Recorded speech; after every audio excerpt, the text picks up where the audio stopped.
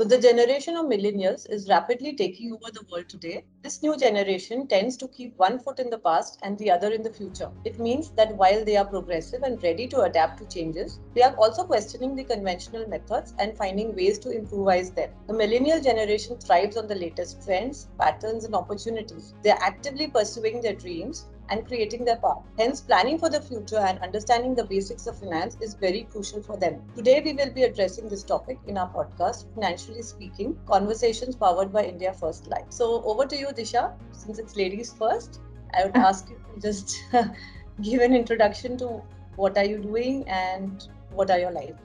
Sure. So basically, I am working as an account manager in an advertising agency, and being graduated and majored in media and communication, and earlier being a science student, I wouldn't say I have ever been introduced to subjects of finance and getting into the world of finance. Now, I've been into the advertising industry for the past 2.5 years, and being a young adult in my early 20s, my first thing is all about how do I start, because currently my major thing is about career growth. But what according to you is the right age for a millennial like me who can when to start financial planning and investing, and how can financial planning actually help me in the long term is like a big question mark. So let me go to Parth. Parth, can you just introduce yourself? I'm also an advertising professional. I've been actually working for the last 10 years. So I did my graduation in arts. Throughout my schooling and my college, and even actually my social life, I realized that nobody really talks about finances. It's one of these topics that very few people talk about, and the ones that do talk about, they're probably talking in a language that you don't necessarily follow because you've never really been speaking this language. Anyway, so I over the years, I think I've been investing more from a tax saving perspective. Investment has always been a tax saving medium for me. I've never really seen it as a growing of the wealth sort of an avenue. To start off with, I think the number one question that somebody in my phase of life would ask is that all this while I've been investing as a single person, I've been thinking about myself and investing. Obviously, in the future, as I go forward, I'm 30 plus, so I need to start a family soon, and obviously my investments will also reflect that phase of my life. What kind of avenues do you recommend for a person who's hitting that stage in their life, and they'll soon be investing, thinking about their family, thinking about their aging parents, and possibly children and wife, etc.? Okay, so well, for you who's done about 10 years, you also need to look at, you have to have your investments. First, you need to have a corpus. How much corpus would you like to build, right? So you have a, okay, so much is my corpus, then out of which how much you diversify into various asset classes. You say, okay, so if you need a house, if you already have a house, then you don't think of, taking one, but otherwise, it's a question between, do I need a house, or do I need to stay on rent, or maybe my parents' house is good enough. That you need to think, because a big chunk of money goes in there. That's why I said on the property part. The other part is then since you are young, you need to invest mostly in the equity asset class, because that is the only one which is going to give you investment, your inflation beating investment. So most of it will come through the equity part now.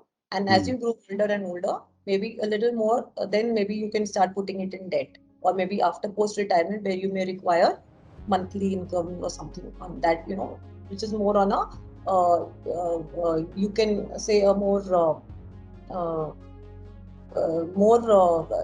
it is less volatile and more fixed. Yeah? So then you can go on to there.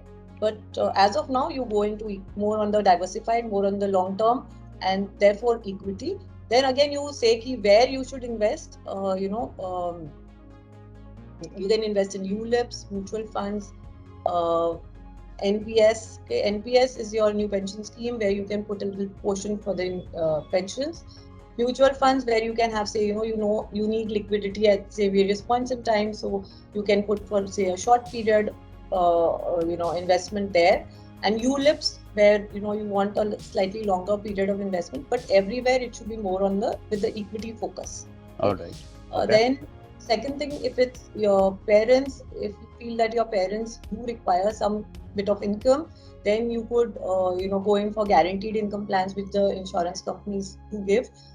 Say in the long term, like you keep on putting money for say 4, 5, 10 years, premiums, and then over a period of time you keep getting uh, guaranteed income. So that could be another avenue for that is for the parents' point of view, or maybe for your point of view where you after a point in time, yes, that is another one where you build up your corpus and say now what. Say after 30 years you've got a big corpus, and say from the NPS, whether it's a pension scheme, or you can say from your other parts of your savings that come in, and then you then at retirement you could go into buy an annuity from the life insurance companies. So these are some of the things where you could invest. And of course, the most important and the most essential for you today is to buy a term insurance. Okay, because you have to insure your life, especially in times of COVID, and even otherwise. You are one breadwinner and so many people are dependent on you. If you're getting married, or if you are married, then maybe your family, your wife, your children. If you have children, if you don't have, then yes, sometimes they'll be coming in the future. So the earlier you buy an insurance, it is better. And the earlier you buy it, you have a longer run, so you have a shorter, lower premium that you need to pay today. And second thing you also need is a health insurance. Considering that we are going through a pandemic, health insurance becomes very, very important today for you and for your family. So you could buy a health floater, or maybe, if you have an employer is giving you some kind of a health insurance, you need to do a little bit of a top up because of the pandemic situation. So again, you apportion yourself into various asset classes so that there is a risk diversification. So from that point of view, it is important that you plan yourself, you put a goal in place, right? You are all millennials, you all do not like to be in the same job or in the same kind of a career, and people get bored very fast, and you just would like to do your own stuff. Most of us as human beings do get bored, doing the same thing, and one day would like to start your own thing. So, or whatever else, or you would like that kind of freedom to do what you want to do and what you love to do rather than what you're forced to do. And in that case, it is always essential that you build up your corpus. And the faster you build up your corpus, the better it is for you, because then you are really financially free, right? So makes sense. These are important aspects, and you need to take care of these aspects. Okay. Yeah. So, Poonam, I had a thing. Now, this is something that I see. He's a bit later in his stage of life, and he's planning for a long-term aspect. Me being a beginner, honestly, in a corporate world where the starting packages are really low, and this is something I feel a lot of people of my age would connect with. I'm a bit worried about my investments and returns, and I'm okay to invest in marketing plans, but being a total, I would say I don't, I'm into in the whole lingo of financial world. Somewhere I get overwhelmed with all the kind of investments that I have on board. So what would you suggest for me as a beginner who hasn't really started planning anything, can take my first step? And if you can suggest some good plans or schemes for me. So first thing, you start with identifying your goals. Like maybe you want to buy a car, or you want to plan for your retirement. Okay, so categorize these goals into short term and long term. Okay, this is very important.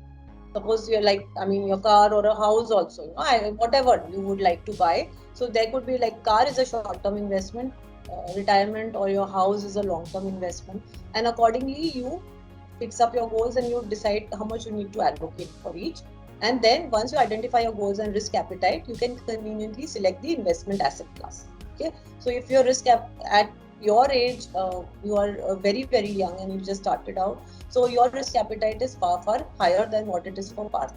Okay, so because you are that much more younger, and even if there is a little dip in your investment returns, it will make up over a long period of time. So you are going to have those jagged ends, there would be market crashes. So you could get a minus 10% or a minus 20 or a minus 50 also at times. But then when you get a jump, you will get a plus 100 or a plus 50 or something like that. So over a long period of time, you will make inflation. If you are in equity, you will get inflation plus say 4% or 3%. So if inflation is today 7, you will get at least 11 to 12% return on a long term average. Say for the next 15 years or so, you should be able to get this kind of return, which is an excellent return considering you're beating inflation, because inflation eats up. Even if you save your money, right, it is eating up. Suppose you're just keeping it today in your cupboard, okay, all the money that I am earning, it is going. So today I'm making a lakh of rupees. That 1 lakh today, today what you are able to buy by say 1 lakh. Suppose it is gold, okay.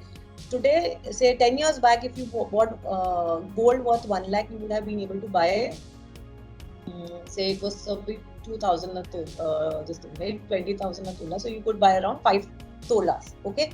Today, with that 1 lakh, you can buy only 2 tolas. So see how inflation has eroded it, right? So just by putting that 1 lakh today, yesterday versus today, this is the kind of returns, or the purchasing power has got eroded by so much, right?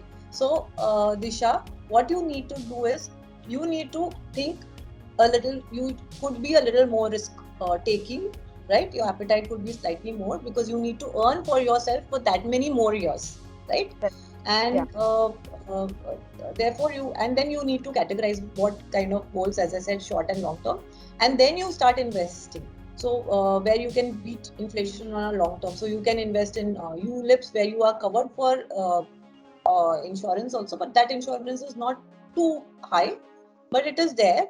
And also you are getting that the asset class, say maybe equities, and you're putting it in equity, and maybe a mutual fund you can put in for a car or something, where in 3 years you pay up, or and NPS is, as I said, for the new pension scheme, where you keep on putting your amount, and over a period of time it grows and grows, and by the time you retire, or the time you decide that I want to hang up my boots and start my own stuff, or whatever else, I just want to take it easy, that is the time when you can really you suddenly find, oh, you have a big amount corpus, and then you could put it in an annuity, and you say, okay, now I want monthly income of so much, and so that money will work for you, right? You have to make your money work for you. When you're working for yourself, right? So you're working for money, and later on that money works for you.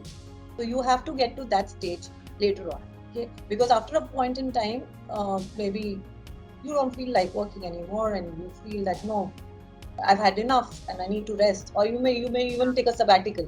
Now, if you have if you take a sabbatical for a year or 2 years, that 2 years also you need to, work out your finances for, right? And I'm sure Parth, it could be for you. So that could be another time, another world, and for that you need that money, right? One more follow-up question would be what percentage of my current investments should go towards, say for example, if I'm thinking of buying a home in Bombay, what percentage of my income should go towards real estate investment, and what percentage should go towards equity and everything else? Or should I only focus on real estate, given the prices being so high? As I told you, is it only an investment, or is it for staying? Okay. At this point in time, obviously, it would be for staying purposes also. But at the same time, I would, when I put money into it, I'm hoping that at some point of time, I'm going to get a better return on this sort of an investment. So it's a mix in my. But how can it be a mix? Would you sell it? Yeah. For example, if I sell it 5, and 10, where will 15, you stay after that? That depends on where life takes you, right? So, but basically, I would like to make sure that if I put money into real estate, it should also compound over time. Yeah, some returns, yes. Frankly, Parth, I really don't know. Yes, but real estate seems to be kind of bottoming out. Mm-hmm. So yes, we could see some kind of a higher return for the next 3-4 years. At least you will not see a dip. Okay, that is the only thing I can tell you, that you may not see a dip.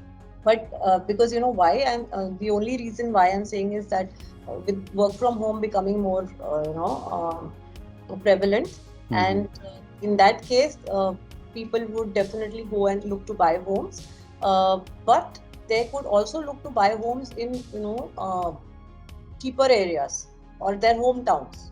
So then the demand from Bombay could go, like there are a lot of, why the demand comes in Bombay is because there are jobs in Bombay, right? People come here because there are jobs. And when if the jobs are there, but they can work from anywhere, suppose, then they could, go to Pune, or they could go to their own hometowns and work from there, and they might like to buy in their own hometown where it is much, much cheaper, right? So what you are getting here in 1 CR is 1 BHK. There they may be able to get in 1 CR 3 BHK. And they're there with their family, right? Or they may get a big bungalow also, who knows? I mean, depending on where they are staying. So I really don't know how the things pan out, because this is a COVID situation. We don't know how things are going to be. Maybe if things get back to normal and we all go back to offices, and offices start back without the hybrid, and it's all in office, then yes, your housing property will make a good money. But if we are again in a hybrid situation or a work from anywhere kind of a situation, then maybe the prices may remain here. They may not go up. And again, it depends on which area you're buying the house, right? If it's already a very, if it's not really corrected much, then you may not see much of a. If it's already corrected, or if you see some kind of development, like say Navi Mumbai has a lot of development, right? Maybe the airport is coming and things are developing, and it's anywhere much cheaper. So, or the railway line is coming. I don't know. There could be a number of things, on metro and all. Then yes, you could see some kind of yes, the prices will go up over there. But if already a well-developed area, like say, the western, say Bandra or something, there you may not see that kind of a price rise, because it's already gone up. It's already developed. So the return may not be that much. It may go up, but it may not go up to maybe Navi Mumbai may go up by 20%. This may go up by 2%. That is, but yes, you may not lose out in Bandra, because yes, there's always demand for Bandra. Makes sense. So it depends upon your, again, risk and return, right? Where you take the risk and how much is the return. Similarly, yes, property is there, and that will be a big chunk of your this. You may have to take some loan, but then loan makes sense for you because you have a tax advantage as well over there. And the rest of the money could be in equity. Very small portion can be in debt, in the sense fixed income, where you really require for your petty expenses and stuff, and maybe something for emergency.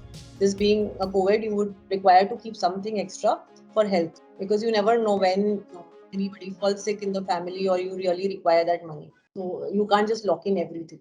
So I had this thing, since I was also talking about being financially independent and, having a passive income source. Right. So with the modern trends, like, there's cryptocurrency, gold, forex, like every millennial, I would say, wants like a short-term return. So Right. How safe is it to invest in them? Because I kind of feel that I'm already pretty late to invest in them. But in general, like, what is the future of this? And, how safe is it to invest in these? Cryptocurrencies, nobody understands it. It's all in the air. Okay? So I don't think you should really invest. What you should is invest, as I said, is all regulated markets, okay? Because you're sure, okay, this is there today and gone tomorrow.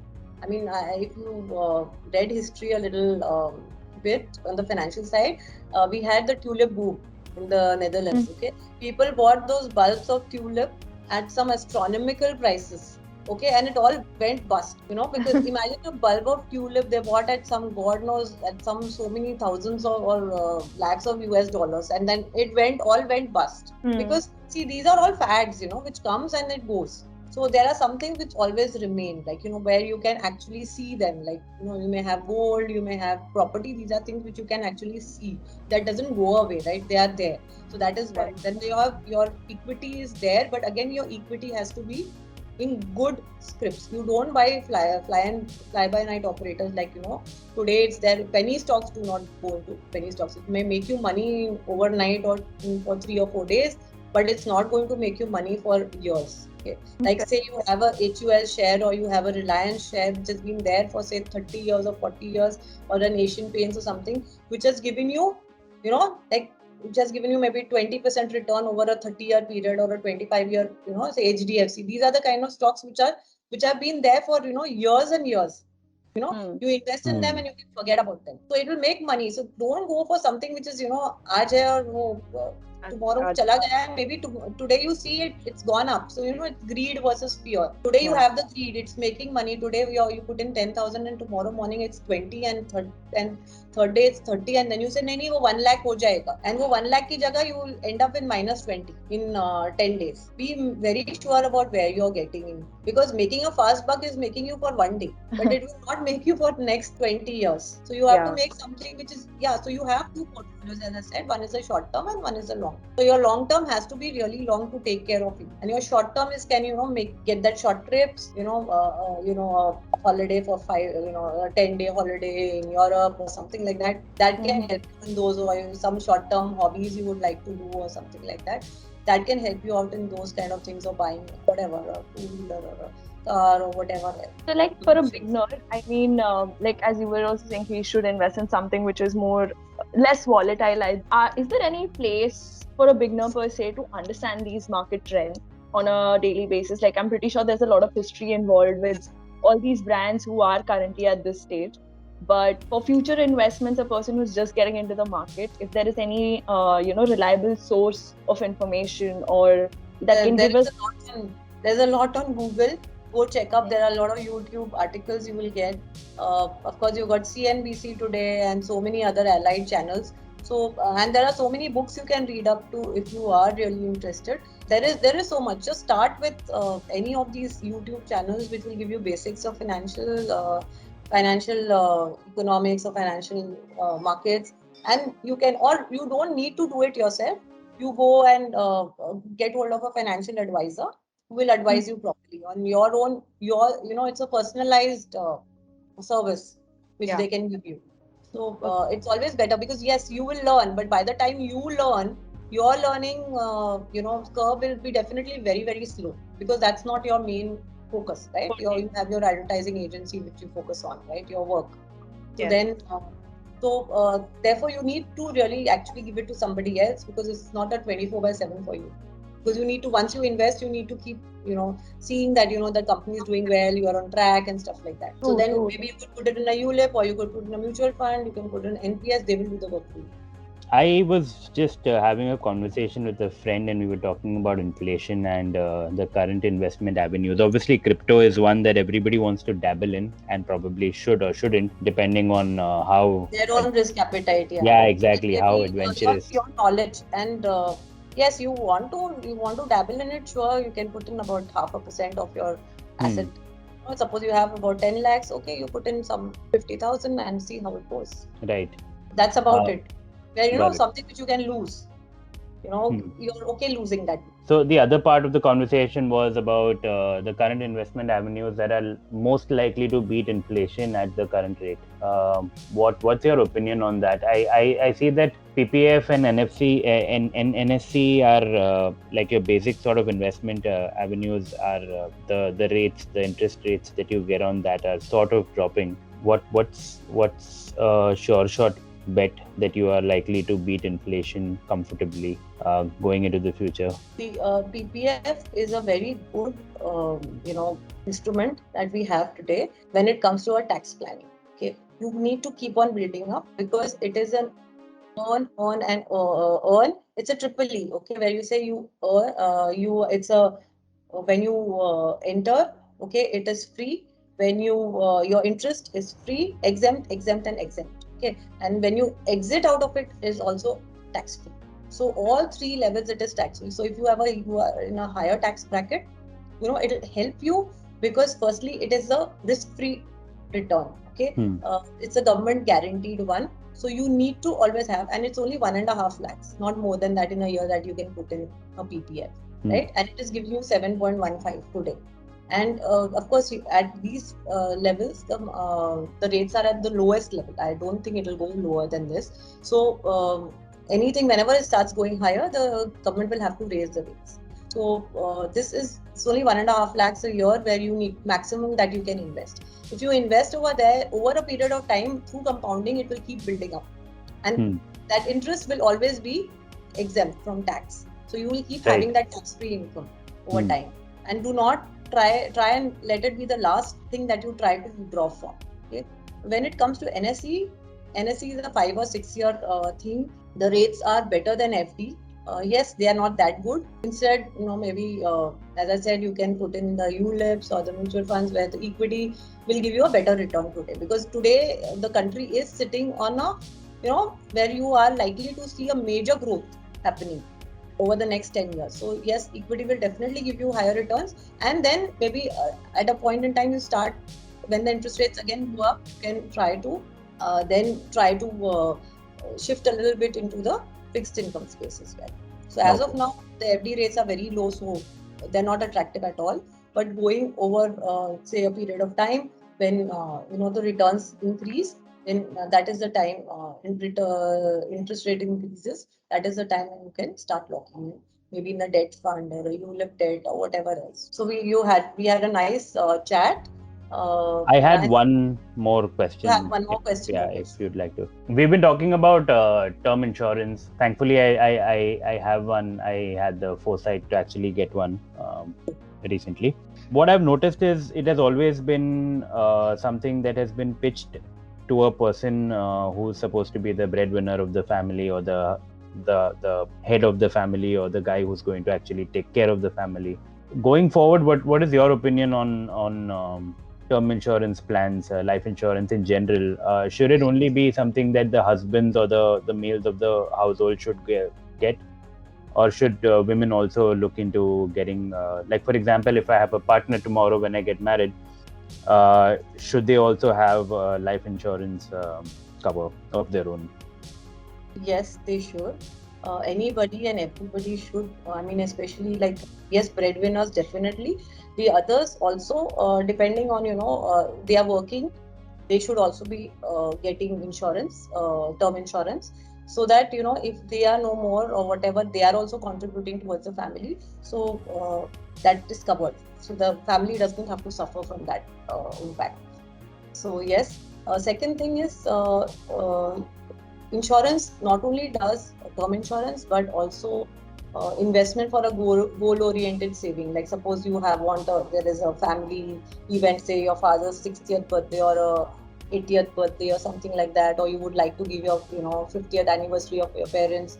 You would like to give a so you have a goal, and maybe from that aspect you put in small amounts of money, and say after 5 years when it fructifies, you can get a lump sum and spend that money. So that could be one area where you could take, and you also covered for insurance. Second thing is for also increasing wealth, like you say ULIPs. Okay, over a long period of time, say over 10 years or 15 years, that ULIP, if it is equity, it will surely make money for you. Third would be, say, children's education. So you could start, when your child is born, you could start putting in money, and say in ULIPs or maybe in a guaranteed income or something like that, where you are sure that after so many years you start getting this kind of money. So you put in for so many this many years, and say after 10 years you get this big lump sum when you need the money for your child's education. Say suppose this child is 10 and at 20 you would like some money so that he wants to go abroad or he wants to study something further for which he would require. Another thing is annuity. Now annuity is only given by insurance companies. Okay? So once you retire, big lump sum comes in your hands, okay, through your EPFO and through your whatever NPS also, that money will come. Okay? So that money, now you don't know, you get a big sum of money. There are people who just spend it all over and say finish ho gaya, they'll drink it and they will just buy something, and that's not the way, because you have a whole life, another 30 years to live, longevity increasing. So then you go and buy an annuity. So in that annuity, you give that corpus to the insurance company. The insurance company will keep paying you till the rest of your life, monthly income. Okay? So various. Then other thing is also policy for covering a loan for housing, as I told you, right? So you buy a house and then you take a loan for that also, so that in case something happens to you, that house is not gone away. I mean, that pays for the house. So there are so many insurance policies that it's just not term insurance, but there's so much makes wealth for you as well as insurance. Any more questions from Disha, you or Parth? Not from my end. I'm good as well. Yeah, I think this was a very insightful conversation in general. Yeah, true. I really enjoyed a part of this whole bit. I mean, it gives me a good idea about the whole financial planning and how I should go about it in the first go, and not invest in cryptocurrency. No, of Kidding. course you should, and you can always get in touch with me. It was really nice speaking to both of you. Disha is almost my son's age, and I made him to. I opened a DMAT account for him, and gave him some money. So he also started, but then over a period of time, that when you start working, you don't have the time to do Yeah. your own stuff. So it just kind of peters out, but one should be aware. That is most important, to be aware of what's happening, where all one can invest, because this becomes apart from your work, this is the second most important thing that you should be doing for yourself to Yeah. get your Right. own financial freedom. So therefore, I really had a wonderful conversation with you all, and to know what all goes on in the youngsters' mind. And I'm so happy that you people are thinking about financial planning. Thanks. Okay. Thank you so much for actually even taking out time to explain all of this to us. And I'm pretty sure a lot of people who will be hearing this podcast will be getting a lot of insights, and really great tips were given. So I'm pretty sure they'll be benefiting from this as well. Thank you so much. Yes. Thank you. Thank you, Poonam.